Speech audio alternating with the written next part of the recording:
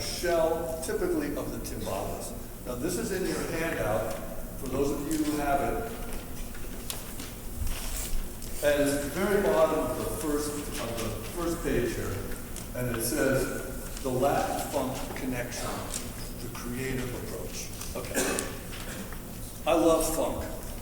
I grew up in Miami, and I was very fortunate. I played with a lot of great R&B artists in Miami, and great Cuban artists in Miami, and I played in country bands too. You know, I did the gamut. It was great. So look, I was playing with Cuban bands in Miami, and you learn to play this rhythm called cascada.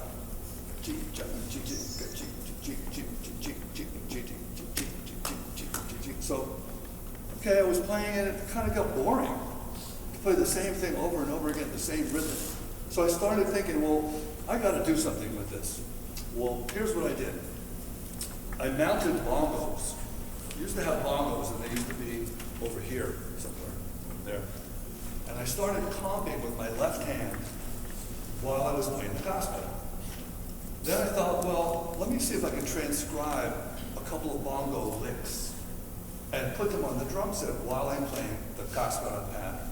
And this is what I ended up with. So let me just show you.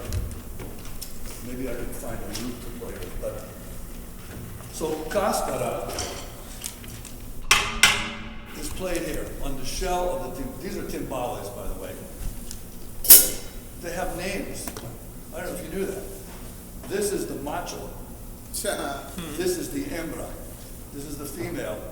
This is the male. And there's reasons why. One of the reasons is the sound. The macho has that sound. The hembra is much more mellow of a sound. And there's another reason as well, which you're not going to know right now. I'll tell you about that later. So you have cascada. 1, 2. You're familiar with that rhythm a little bit?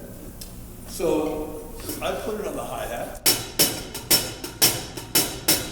That's what's written at the bottom of your handout with the very typical bass drum pattern that I call the Canadian-American, not really Cuban, bass drum pattern. This pattern. 1, 2, 3, 4. That pattern. Everybody knows that. You think it's Cuban? I've never heard a Cuban guy play it in my life. The only reason why they would play it is because they hear us playing it. They never, I don't even say they, but I've never heard it played. But I heard a bass player playing it when I was coming up playing this music, and I am a drummer that plays bass, drum, and bass. So I went, okay, I'll do that. So the cascada pattern.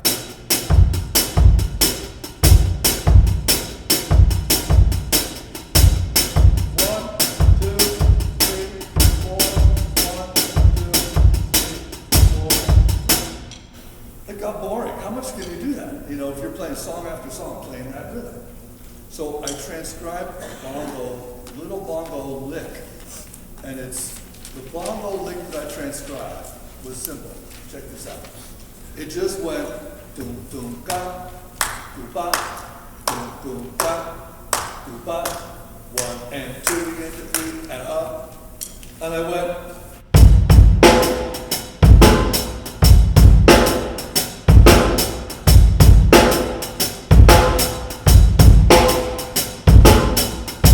Then I went, well, what's something missing here? There's some guts missing. Oh, it's the ghost notes. It's this.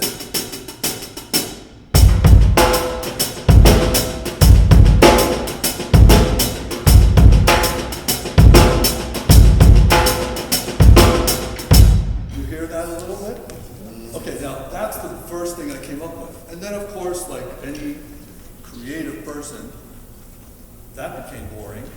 And I started inventing other things to play. So that's what's written at the top of the second side here, is basically this.